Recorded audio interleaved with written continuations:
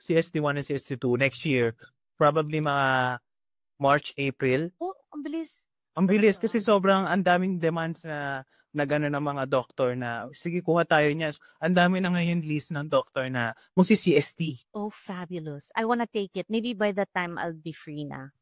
Ano Yes. pa, busy this time eh, hindi ko na kaya. I saw Dr. Bronner was there also. Yes, kaya sabi ko, parang ito yung worship nung sa Laguna. Exactly. Let's see na. Wait, let's see if we're live na. Pa-thumbs up na ng Clyde. If we are, we're live on Unlimited, but we'll share it muna in Biohacking Philippines. So if anybody is watching right now, good afternoon. Just preparing to share with Biohacking Philippines. And we have an impromptu guest today, one of my favorites. I really wanted to interview him before pa. And he's so busy kasi, so now is like the perfect time to really get to know my guest. Ayan, okay, thumbs up. Okay, good afternoon, everybody. Thank you so much for coming to this impromptu episode of Ellie on Point.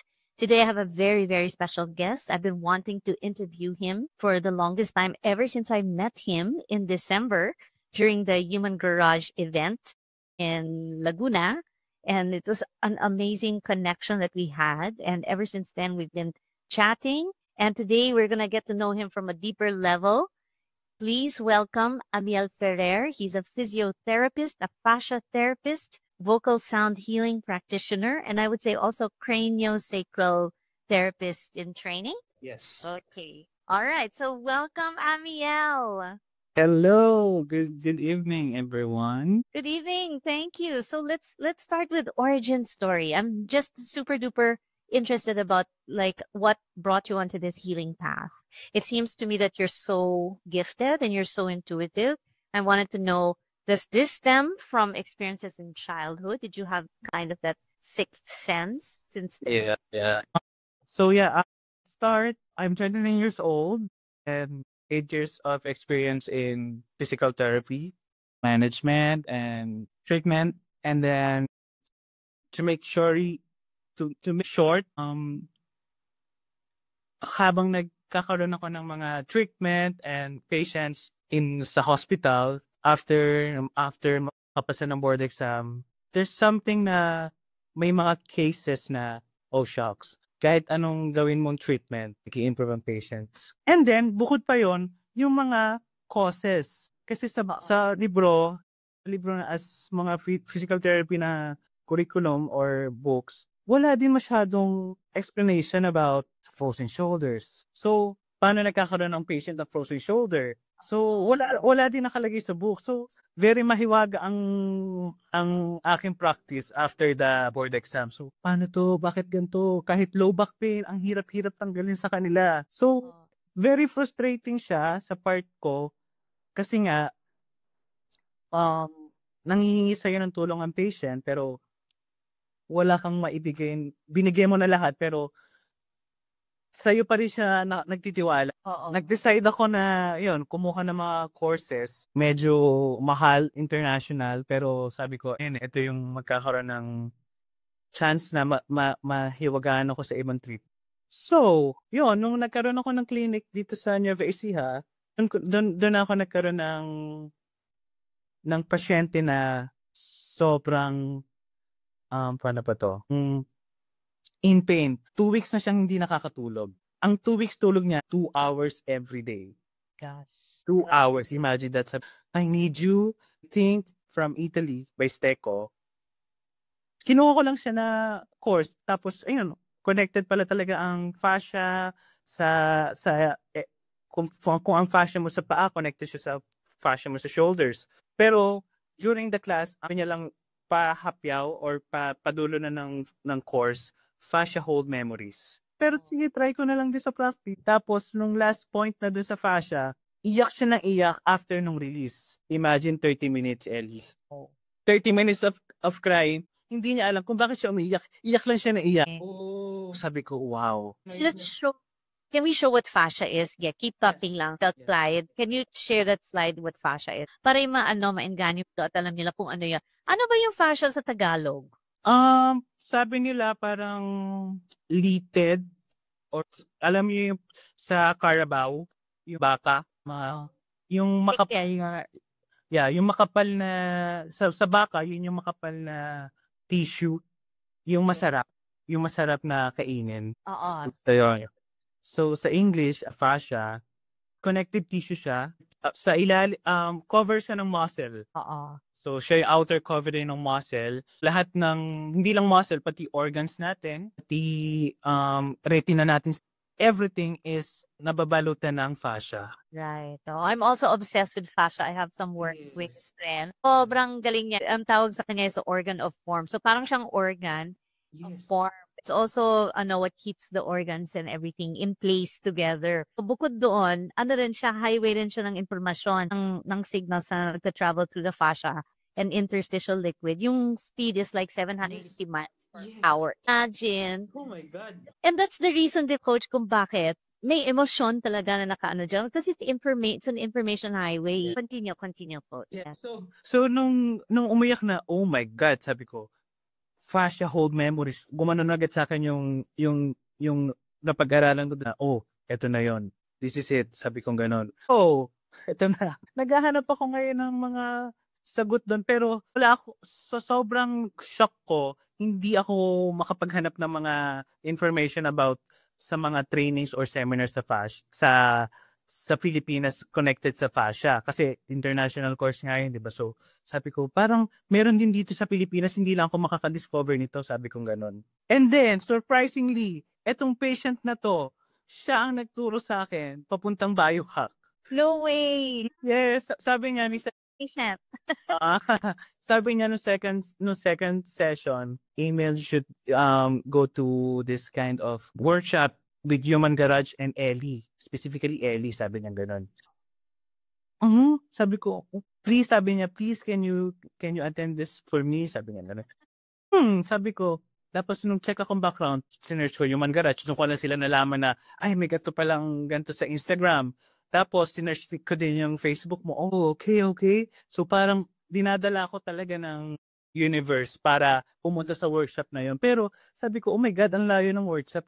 Parang 5 hours away from my place, sabi ko. Pero hindi parang dinadala talaga ako ng universe. Tapos, cut off na yung So, sabi nila, sorry, hindi na namin kayo maasikaso. Tapos, sinabi ko, no, can you do something? 5 hours away ako from Nueva Ecija pa na magkaroon ng ganitong information sa place ko. So pumayag sila. Hindi ko alam. Tinanong ko kung sino ang nag-agree pero hindi na nila sinabi. Yung event na yon, sobrang casual lang compared to the others. Nag-extend yata sila ng siguro 10 to 20 people more than yung kanila expectations. So there were like 60 people there. And then nung pumunta ako, sabi ko, oh my God, ang lahat sila magkakakilala. Parang isang community. So sabi ko, ako lang ang taga Nueva Ecija dito. Ako lang ata ang dayo na probinsya dito. So yun, after nung workshop natin noon sa Human Garage, sabi ko, there's something magical talaga about fascia when we're doing the mga maneuver. Sabi, no? Ang galing-galing niya kasi, itong si Gary, he's an intuitive eh. Tsaka, kinumbine niya, ang dami ng kinumbine na modalities. Feeling ko talagang there is neural organizational technique, there's chiro, ang dami, there's kinesiology, and then astrology. So, pag pinamaneuver ka, di ba, he'll ask you, anong birthday mo? Ano yung sign mo? Aries, okay, stop being angry with your mother. Kasi sabi niya, pag Aries ka daw, and Leo yata, or Sag, I forget na, sobrang anger ka daw. Sobrang daming anger. Release your anger. Yan, sa liver. And then yun, nung after na ni Human Garage, tapos parang ikaw na ang magto-talk, sabi ko, parang gusto ko na umuwi kasi ang layo pa ng biyahe namin. Pero sabi ko, ito ang pinunta ko.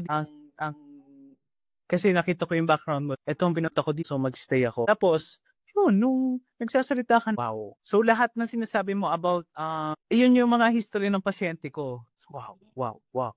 Oh my God. Frozen shoulder.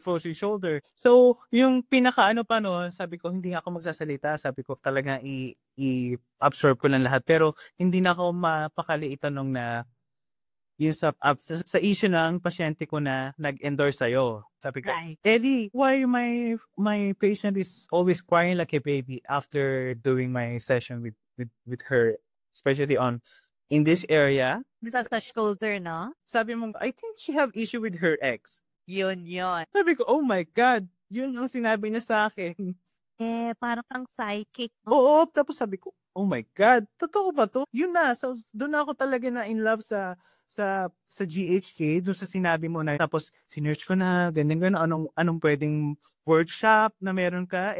Pwede mo ako maging student, sabi ko ganito. Kung meron ka mga trainings and seminars, doon ko na patunayan na, okay, dinala talaga ako ng university para sa ganitong knowledge. Galing. Thank you so much. Swak na swak siya. Tsaka hindi siya, wala ka ng sikreto kasi yung katawan mo, siya yung nagsasalita for you. Kasi yun yung, nagre-reflect sa inner real estate mo, kung ano nangyayari sa'yo sa loob. Tsaka hindi rin siya masama or good or whatever. It's just information na meron kang pinagdadaanan. At yung organ na yon, ito, in this case, yung kanyang frozen shoulder, is trying to make her stronger, make her survive, ganon. Diba? So, doon na tayo sa frozen shoulder, speaking of. Yes. Sabi, right-handed or left-handed? Right-handed, family issue. Sabi ko, I think you have issue with your family member. Ito na. The first patient to na tinanungan kong ganito. Very vividly remember. Sabi niya, oh my God. Tapos iyak na siya na bago magkaroon ng issue dito sa shoulder ko, minura ako ng, doon ako, oh my God. Tumawa ako sa sarili ko kasi nga isip ko lang naman kasi sa pool, sabi kong ganun, sa pool bago mag-pop yung shoulder niya, para may binuhat siya something, yung ininda niya in 2 weeks or 3 weeks. So, hihigpit talaga yung fascia mo around your shoulder. Kahit anong buhat mo or maliit man o basta tinaas mo siya, doon na siya magkakaroon ng injury. Oo, parang, you know why it's shoulder? And this is just my guess, no? Kasi yung pag nagka-pain na, pag frozen na siya, parang it resolved somehow. Tapos, bumabalik. So, it's a hanging healing, kaya ang sakit. Kasi sa Germanische Heilkunde, there's no such thing as chronic. There's only palaging nangyayari, araw-araw. It's always that, so we call it self-evaluation in a relationship role. So, bakit shoulders is a relationship role? It's, am I a bad father? Am I a bad mother? Am I a bad ganyan? It's parang you fail to carry them on your shoulders. Yan ang so the shoulder is trying to be stronger. Kargahin mo siya. Hindi mo makarga, lalakasan kita. Pero araw-araw, nagkakaroon ng problema. Parang it keeps healing, so hindi siya namumuo. Diba? Pero at the end of the healing, sobrang lakas niyan. Lakas. Nothing else can make it, no amount of collagen can make it as malakas as it does in nature. Parang galing, no? Sobrang galing. And then yon, kung sa right, meron din akong patient na nasa left ang frozen shoulder. So, ito na ang stroke patient siya. Recovery niya mga nasa 3 months na. So, ang labas kasi ng shoulder pain sa stroke patient after 6 months. Pero sa kanya lumabas 3 months. Sabi ko, there's something interesting here. And then, tinanong ko, right-handed, left-handed? Right-handed, so possible na partner. So, sabi ko, I think you have issue with your partner. Nasa left siya or right? Right-handed siya pero nasa left? Left yung stroke niya, tapos left din ang niya, ang pain niya. Pero right-handed siya. It would be mother-child. Usually, yeah. Oo, ito yung left yung na-paralyze. Yeah. Tapos, parang sinabi mo pa nun, depende pa kung true right-handed siya or left-handed. Correct. Through the clap test. Nakuha ko yung clap test. Ano yung nasa taas? Yung nasa taas niyan, left. The lefty. So, nasa left. Sa tama partner, correct. I'll explain lang to the audience kung anong ibig sabihin. Sa Germanische Heilkunde kasi alam natin kung kay nino yung conflict around. So, tatanungin natin kung right or left-handed yung tao and then kung anong side yung pain or kung ano yung problema, nasa right or left side. Kunyari right-handed yung tao, kung nasa left side, the opposite side, yung conflict is around their mother or their child. That's it. Why? Because yung dominant hand takes care. So yung right side, right hand, parang takes care of whoever, mother, child. And if nasa right side and right-handed siya, it's everyone else. Starting with the spouse, kung nakatira kayo sa home, and then father, and then siblings, then everyone else. Yun ang tinitingnan. So that's why, na kaagad, pwede mo na i-narrow down kung sino. Di ba? No more guessing. Kasi if you have issues with everybody at home, The one shoulder will tell you kung sino talaga yung may issue ka talagang Yes. So, nasa shoulder pa lang tayo, ang dami ko pang shinare dun sa workshop na yun na may konti akong na-absorb talaga na mga pwede mong gamitin as diagnosis kung ano talaga ang issue nila sa life. Yeah. So did it shorten your healing phase? Yung your practice overall? Just yung conscious knowledge na kung ano yung pinagdadaanan nila? Wow. Kasi ang hirap mag-work pag hindi mo alam kung ano talagang root cause eh. Oo, ang hirap. Even for me before na, paano ba talaga? Meron ka ring modicum of success. Meron pa rin kulang na parang hindi gumagaling to. Until, Germana siya hal kundi, alam mo na pag hindi na talaga gagaling ito. Alam mo yun, parang meron na siyang ayaw na niya talaga gusto na siguro niya mag-exit that type of thing. So parang with that knowledge, it's like, okay, it's your prerogative na to exit if you die. I love it! Oh my gosh! Ang shoulder pa lang, iba pa yung mga knee pain. Sobrang interesting ng knee pain. Game. Knee O pain. try this. Sa German Health kundi ang it is something in knees. Ano ang sumasalo sa kanya? It's a performance self-evaluation. So parang not fast enough, cannot keep up. Yes, So, cannot keep up. That. How about yung loss of property? Usually loss of property, marami territorial conflicts yun. So it can be territorial fear, it can be territorial loss. So that's the heart, the bronchi. It can be pancreas because that's territorial anger. Kinuha sa akin yun. It can be, yun. So diabetes can be that. Ang daming pwede. It can be colon cancer if it's a shitty conflict. So ano yung lumabas sa'yo? Sa knees, puro ego. So naapakan ng ego mo. Naranasan ko to nung meron kami mga interview or meetings. Napahiya ako after the meeting. So, sabi ko, parang nung tumayo ako, oh my God. Bigla na lang na parang naglalak yung. So, sabi ko, oh my God, bakit ganito yung knee ko? Tapos naalala ko, GHK agad. Tapos, habang pinaprocess ko yung parang napahiya ako, doon na napaprocess yung anger. Sabi ko, no, kailangan ko tong alisin sa sarili ko. Kailangan ko tong i-out. Pero ang hirap, o kailangan kong gumawa ng paraan para mai-out ko agad tong emotion na to. Kasi meron na agad sa tuhod. So imagine mo yung kung ang patient ay hindi alam yung mga ganito. So every time na mapapahiya or feeling nila naapakan yung ego nila, every meeting or every emotion na nadaranasan nila, pahigpit yung fascia nila sa knee. So ang tendency noon, eventually, magkakaroon ng osteoarthritis. Yeah. So, it's never parang healing. So, palagi siyang conflict active parang until one day, naging brittle na yan eh. Bakit? Sabi ko, okay. Every time natatanungin ko na yung mga pasyente ko about yung sa mga issue nila sa life, connected talaga sa ego. Pero talaga yun eh. Lahat tayo meron ganyan. In varying degrees, diba? Doc Willie, that's self-evaluation. Yung kanyang sakit, diba? That's self-evaluation. Sobrang lalim. Yes. Oo, napahiya ka and all. That's identity conflict. Self-evaluation actually. Identity conflict is a different organ. Rectal mucosa, that's hemorrhoids. But it can play a part. It can play a part in the overall experience ng tao.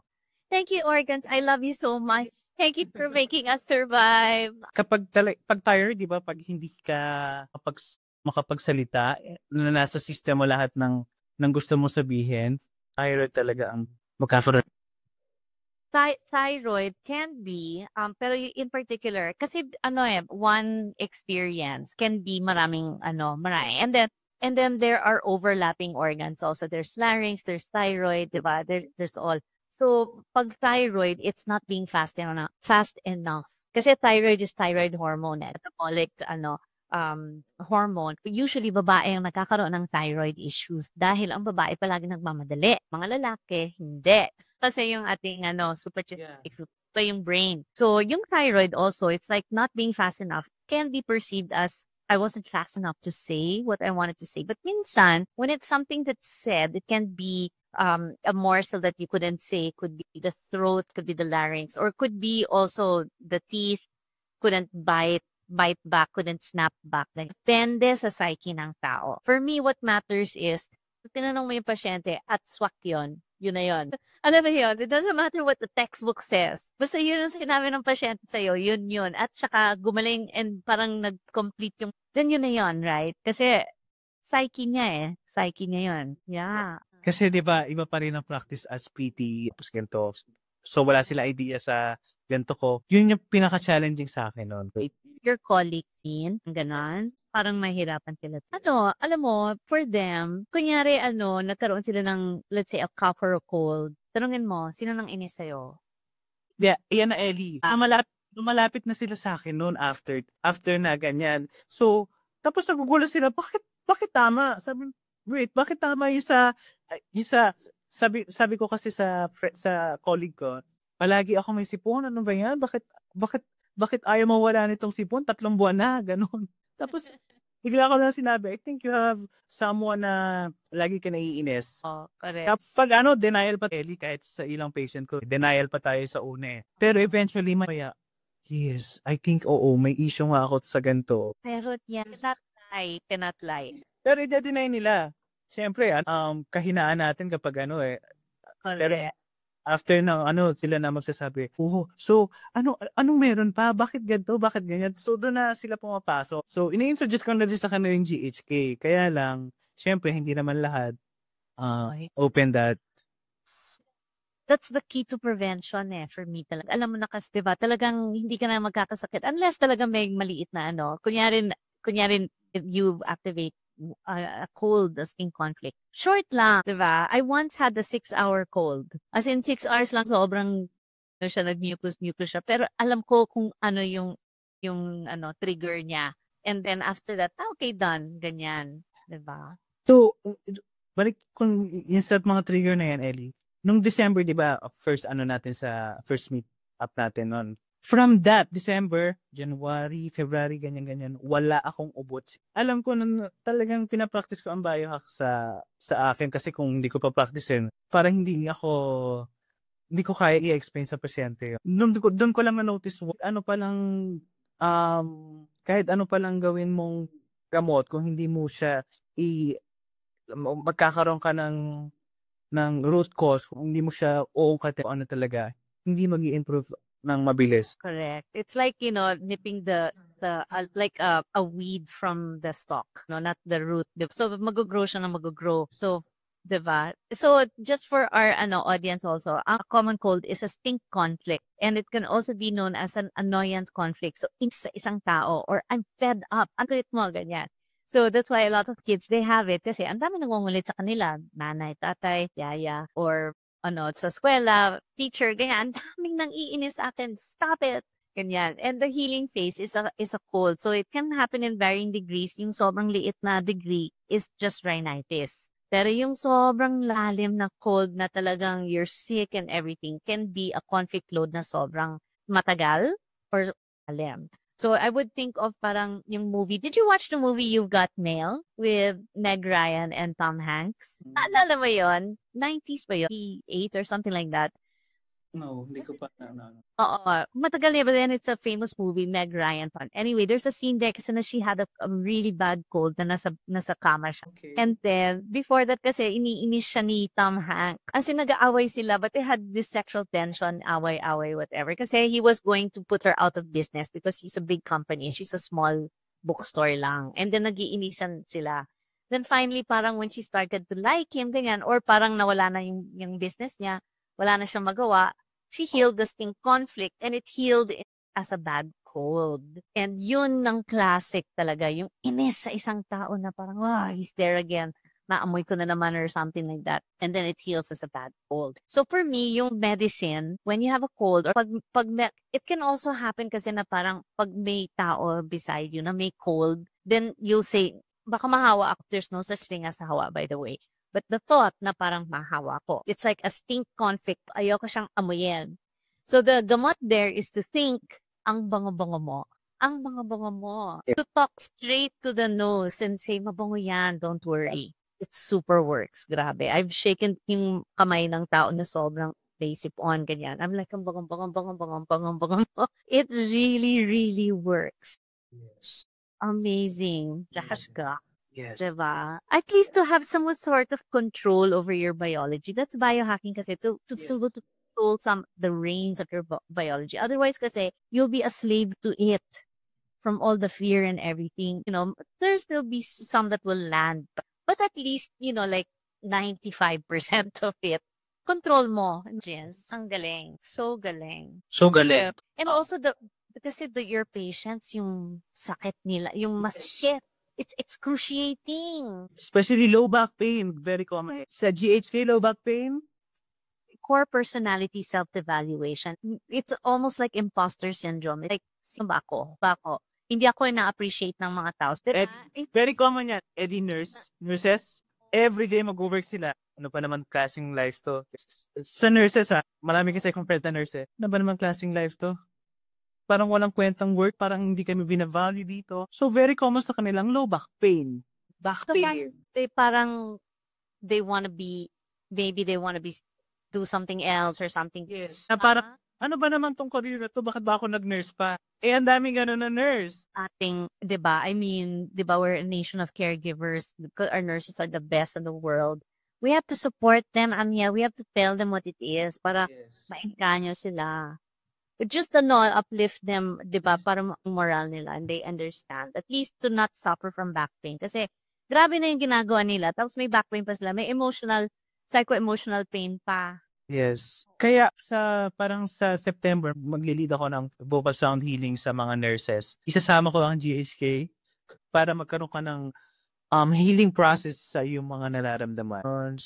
Unspoken na mga words na gusto mo ilabas, i-express pero hindi makawala sa system mo. So, yan ang vocal sound healing. Gagamitin natin ang vibration ng sound mo para magkaroon ng mga yes. Para magkaroon ng free ang stock energy na nakastock sa mga organs mo. So, may mga specific words and sound na sasabihin mo sa organs mo, like sa GHK, na doon magkakaroon ng free na movement during that kind of sound. Is this something na parang you created yourself or nag-certify ka rin sa... Certified. Meron dito first Filipina na naging vocal sound healing practitioner, si Teacher Yayet Luis. Okay, wow. So in Manila? Yeah, in Manila. Nag-search ako, sabi ko, parang, nung na kasi parang after the fascia, after ng course ko, papunta na ako sa spiritual side. Sabi ko, okay, may magaling yung patient ko, pero may ibang patient na wala pa ring improvement. So, baka kako spiritual side. So, ano kayang course na pwedeng spiritual side ko na? Okay, search akong ganyan sa Instagram. And then, nung nalaman ko na meron dito sa Pilipinas, minessage ko agad yung teacher. Pero sabi niya, titingnan pa niya kasi hindi kaya yung parang walang masyadong interested. So sabi ko, sige, how much will be the cost kung ako lang student? Para maituloy lang kasi sobrang eager na ako na i-treat yung sa spiritual side. So yun, nag-training ako 5 days. And then, nung una na day, sabi ko, wow, ito yung mga treatment na hindi talaga na-discover para mas lumali yung emotional process natin sa katawan natin. Grief, especially grief. Yung grief. Grabe yung lalim. Ang hirap niyang alisin sa katawan mo. Yes. Pero, through our voice, our vibration in body, mas madali pala siyang lumabas. Right. I believe that. Lalo if you go the lower tones, like the barrier. Yes. Very correct. Diba? Amazing. Have you heard of this modality called continuum movement? Oh, yeah. Yeah. Right? Yes. I kind of dabbled into it in 2022 or 2021. I forget na. Pero ang ganda. Parang siyang ganyan. Yeah. So, sound and the breath. Yeah. So, basically, it's parang it works with the fluid system, diba? Kasi we're 80% fluid. And so, it's kind of like the wind creating the wave. So, it's the wind that moves the water in the body. So, for us, the wind would be our breath. But then there's also when the wind howls enough, there's a voice that comes out. There's a sound, a vibration. And so the sound and the vibration and the wind moves the water in our body. So what you do in continuum is you stay still on a mat, tapos you start moving the wind and everything, feel it. And then all of a sudden there will be undulating waves in your body. Bigla na lang it's moving and your organs are all moving and then you're just, drifting. So they call it a dive. It's a dive. And then so that also comes back to our And plus yung history ng vocal sound healing sa mga tribe. Di ba sa mga tribe, like may mga kanta sila. Iisipin mo yun na kung panahon na mga tribe natin, wala silang mga sakit kasi alam nila kung paano ilabas sa true sound. The drumming, diba? Ito an ayahuasca trip. My gosh, the drumming and everything. It's so much life and everything. Yung Germanic tribes, what Germanische Heilkunde, diba? It's Germanic healing knowledge. They were also using sounds and instruments made from wood and the earth and everything. So talagang close to nature, aligned with nature talaga. That's what's important. That's biohacking eh. Babalik ka talaga, mag-a-align ka talaga sa nature. Yes, yun yung nakalimutan na natin eh. Oo, dapat ibalik natin yan, mga hilot and babaylan and all of that. Diba? But also this knowledge, I think kasi itong knowledge, ito yung mga babaylan naman kasi, they didn't have a CT scan that time. Yes. Saan naman siya access CT scan?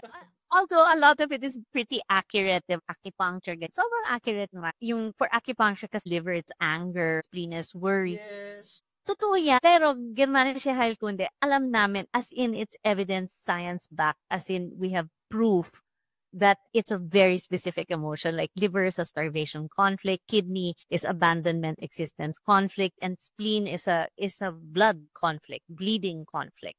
So yun, sobrang specific nun. Though the others, like grief in the lungs, yeah, it can be, but kasi it's so felt in the chest, ang bigat. So you tend to think na nasa lungs yung grief. But it's actually somewhere else. Plus, I also wanna elucidate na parang yung sa GHK, there are 3 layers, diba? Yes. Sends a signal to the brain. And in the organs. The brain activates the organ. Organ, nagre-resolve na. Pero yung psychological emotion, andun pa rin. Pwede. May layer kasi siya. So kahit healed ka na, you're still lungkot.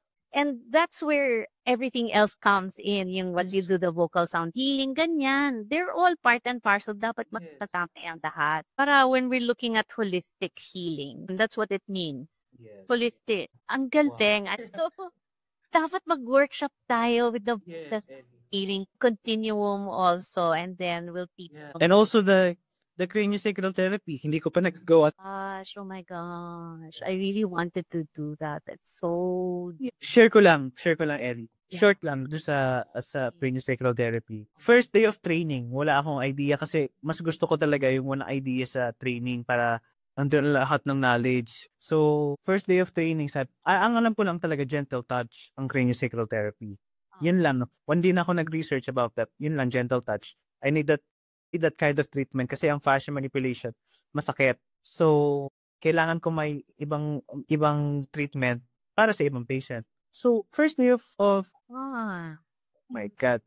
Tapos nang naramdaman na yun ng katawan ko na sobrang safe ko, sabi ko, oh my God, doon na lumabas yung emotion ko. Hindi iyak na ganito lang ganito. Oh my God, so, iiyak ko. Sabi ko, oh my God, tapos the soul.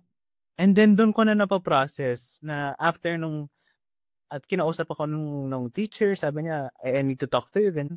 And then doon na nagpa-process na, okay. May mga talaga unprocessed emotion na hindi ko alam na nandun pa rin pala. Daanan ng bata ka ng parang so. Nung first day, iyak lang. Nung second day, vibration. Pause.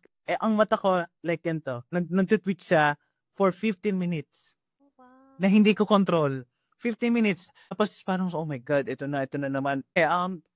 Aware ka sa paligid mo, hindi mo control ang katawan mo. Ang hands ko ganito, tapos eyes ko, sobrang twitching. Tapos, nag-process na naman ako nung emotion ko. May natandaan na naman ako na ganito, ganyan. Na talagang part talaga ng trauma mo na hindi talaga kayang alisin sa mind mo. Kailangan mo talaga ng mga magatong treatment na light touch. Since okay na sa brain mo, pero nasa katawan mo, like Diba? like sa fascia. So, andun pa rin talaga. So, kailangan mo pa rin talaga tanggalin sa katawan mo. Kind of sweat. So parang this fluid, when it starts to pump again, ninonourishing your brain. Tapos siya rin yung process. So, kaya sabi ko noon, oh my God, wala akong idea na may mga ganito pala akong emotions or mga trauma sa katawan ko na lumabas lang talaga kapag naramdaman mo na yung safe na hand. Yun yung tinuro sa amin kung paano magkaroon ng hand na safe. Gosh, alam mo yan yung ano, ang hope ng humanity. Kasi ngayon, we're in danger of being disconnected from people. Look, kung tinuman ko ano nangyari during the pandemic, we're all separated from each other. Diba? So parang we didn't feel safe at all. It's like peril. So the healing ultimately is togetherness and also co-regulation. Diba? It's like being safe with each other and co-raise. Correct. When I see Gary and Human Garage, marami silang company. They have partner, no? Pero mararami sila minsan. And then, umiiyak talaga yung my golly gosh. Grabe talaga. Yan ang healing is we heal each other, diba? And we are family. We're family. We hold, even a complete stranger can be your family. It's our hope for humanity. Para I don't want the robots to mag-heal sa atin. Kasi tingnan mo yung lahat ng sakit ng mundo, yung mga pasyente mo, lahat ng ano nila is relasyon. Relationship with others, yung cancer and everything. It's because I feel all alone, walang magtutulong sa akin. That's one aspect na gumagawa ng biological conflict is I'm all alone, isolated. Wala akong kasagwat dito, wala akong kaakibat in this particular issue na walang magtutulong sa akin. Ganyan yung feelings. Ultimately, the sin is community, coherent relationships, balance. But let's say reliance on that. So I think that's really what will heal the world. Ang ganda-ganda. Love that. Naiiyak ako parang just thinking about the safe touch, but especially pag bata, it's like a child who was not felt safe. Iiyak ko talaga. Parang 3 kaming nagkaroon ng release eh. Kilala mo pa isa. Lalo kasi, you are a big heart. Likely you have the big heart constellation. Lahat kasi ng healers, therapists, social workers, we have in there the 2 myocardia na may constellation siya that makes you into a healer service to others. Parang we're always the one kasi giving care to others. We're always the one holding space. People text me, it's always, oh, Ellie, meron akong lump dito. Yes. But you're the go-to person, diba, for care. But tayo, parang we're not used to receiving it. I'm not used to being held or embraced. Tapos feeling ko, ako na yung parent ng lahat. Ako na yung gagawa ng lahat. I'm the one in charge and responsible for that. Which is okay. I'm not complaining at all. Pero I think maybe that's also how you felt, maybe. You're correct, Ellie. Kasi parang sa sobrang hindi ako nagkakaroon ng treatment on my own. Kasi ako lang lahat nagbibigay ng treatment. Treatment kasi sa sarili ko. So, yun, I think, tama ka doon. Oh, diba? We deserve that naman. Yes. Kailangan talaga nagkakaroon tayo ng treatment on each other sa mga healers. Diba? Yeah, I really think we should. Lalo yung soft touch. Soft touch. Amazing. Sabi siya. And the prerequisite of healing is safety. We need to feel safe in our nervous system and our brain in order to thrive and allow to grow. Yeah. That's the goal of healing. Otherwise, kasi dalawa lang yan eh. It's either you're in survival or you're safe. If you're in survival, you didn't answer my question. Una kong question, ano yung origin story mo? Since you're a kid ba, you're into this kind of thing? Yes. Nung kinder grade 1, parang naglalaro akong mag-isa dun sa pakura na nafe-feel ko na, there's something na nafe-feel ko, pero hindi nafe-feel na ibang tao. Like what? How do I say this? Hindi masyadong weird. Elementals? Yeah, elementals, pero more on, mga fairy thing. Oh my gosh. Fairy thing. Tapos, oh yeah. Tapos, kinonfirm ko lang, parang pinariwala ko yun, parang inano ko lang. Tapos, kinonfirm ko lang nung college ako, manghuhula na professor na talagang sobrang sikat niya. Tapos sabi niya, hey, come here. Good na kasama na hindi umaalis sa katawan mo. Bihirang-bihira yung merong ganyang kasama. Isa ka sa mga swerteng may ganyan. O kahit anong mo, sabi niya, aanuhin ka niya sa mga accident. Tapos na-remember ko, talagang nung muntik na ako ma-aksidente, may something na sumagip sa akin. Dapat matutuloy na yung accident, pero sobrang fascinating na hindi natuloy yung accident. Serious? Oh my God, when you said that, I saw a feather, tapos I had, goosebumps. Oh. Creating my own, But, Sasha, I believe in that. Guardian angels, right?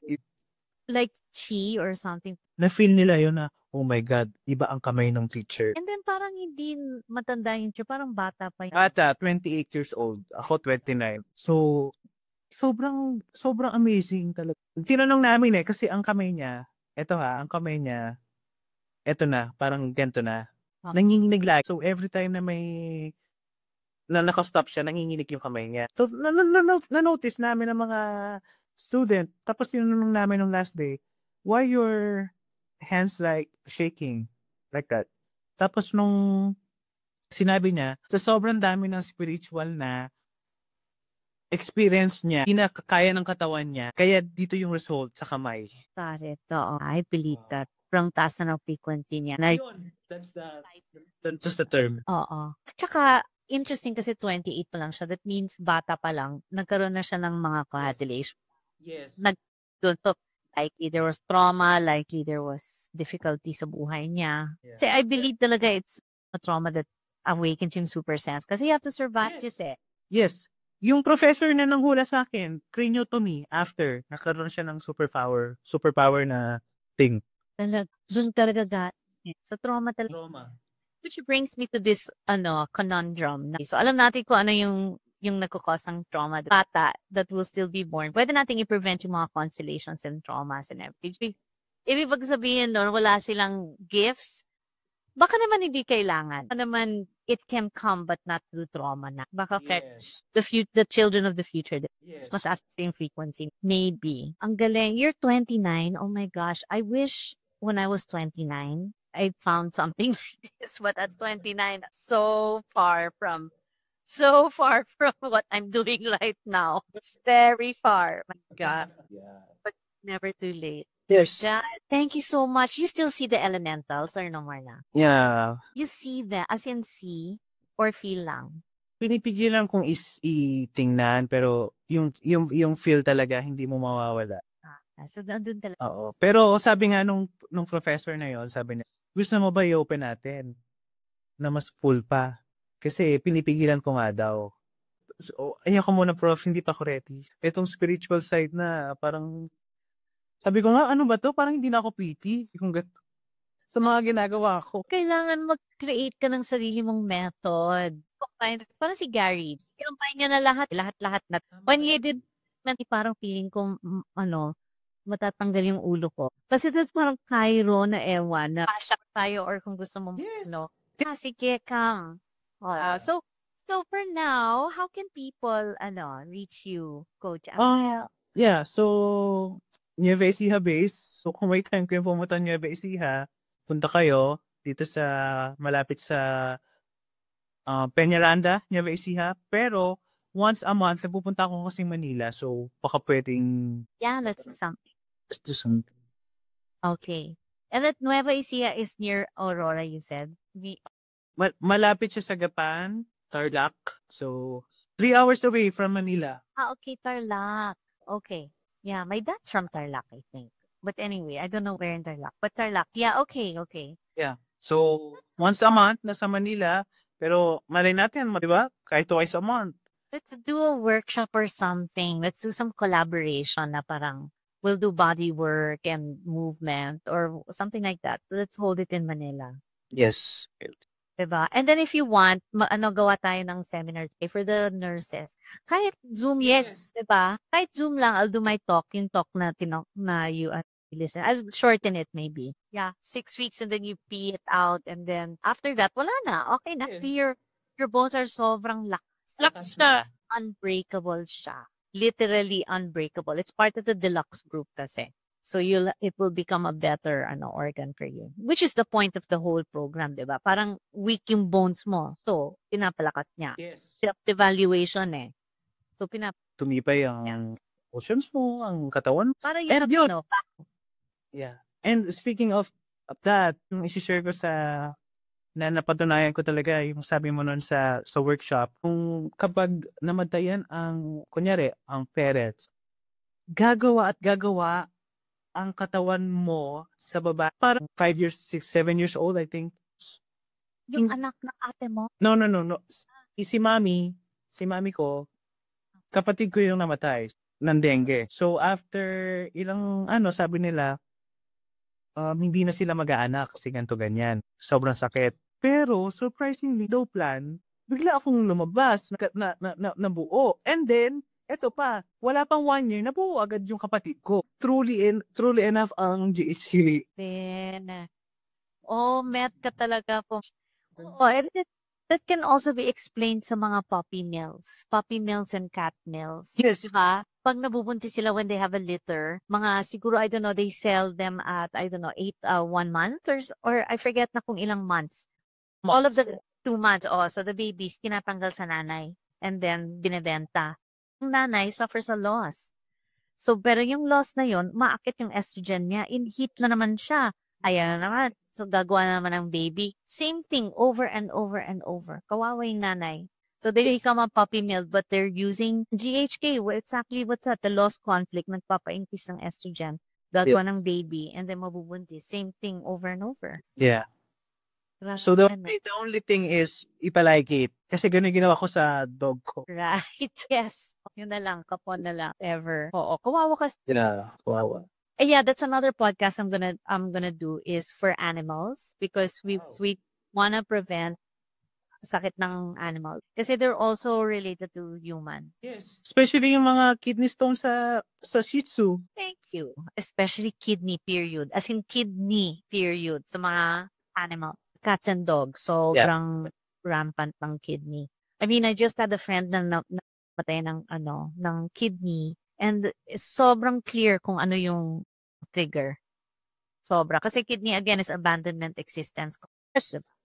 So again, walang nanay. I'm a soul without a mother. The humans, to a certain extent, siyang maging surrogate mother na. Basta you get them early enough. Pero pag medyo may edad na, tapos iniwan sila, may trauma, may sensitivity yon of being left behind. So kunyari, you get a rescue, tapos iniwan siya sa bus or sa bus station. Parang iniwan lang siya doon. And then you adopt him, tapos you leave for vacation for 2 months. Yes. Sensitivity nila yun na iniwanan siya. So magkakaroon siya ng mga let's say skin issues or something, kidney issues, ganyan. So we need to create that awareness. And we're already making that dal about everything. But thank you so much, Coach Amiel, for this interview. Thank you. Ang ganda-ganda talaga. Hindi planado, na ganito. Mas okay nga kasi sobrang busy mo, sobrang busy ko. Kailangan ko talagang why not? Yes, buti ng research. Thank you so much. So I think what do I have to do, Clyde? I have to announce something before we close. Thank you everybody for listening in. Whether you're listening live, hello to those who are watching right now. But we also wanted to announce about Unlimited Biohacking Academy. And I am starting with a sleep course. So this is a self-paced online course that will help you or teach you the self-help technique. So this is deep sleep hacks that you can do. Again, this is machine-free, gadget-free biohacking, which is the kind of biohacking that I like is like yung conversation namin ni Coach Amiel na we're just using our bodies and we're just using co-regulation, diba, to heal ourselves. Yun, powerful na healing sa buong mundo, period, diba? The machines are, of course, they're bonuses. They're nice to have.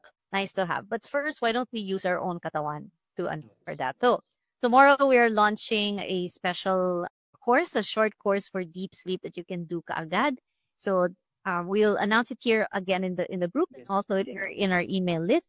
We will send it to you by email. If you want to get in on this promotion, then just mention.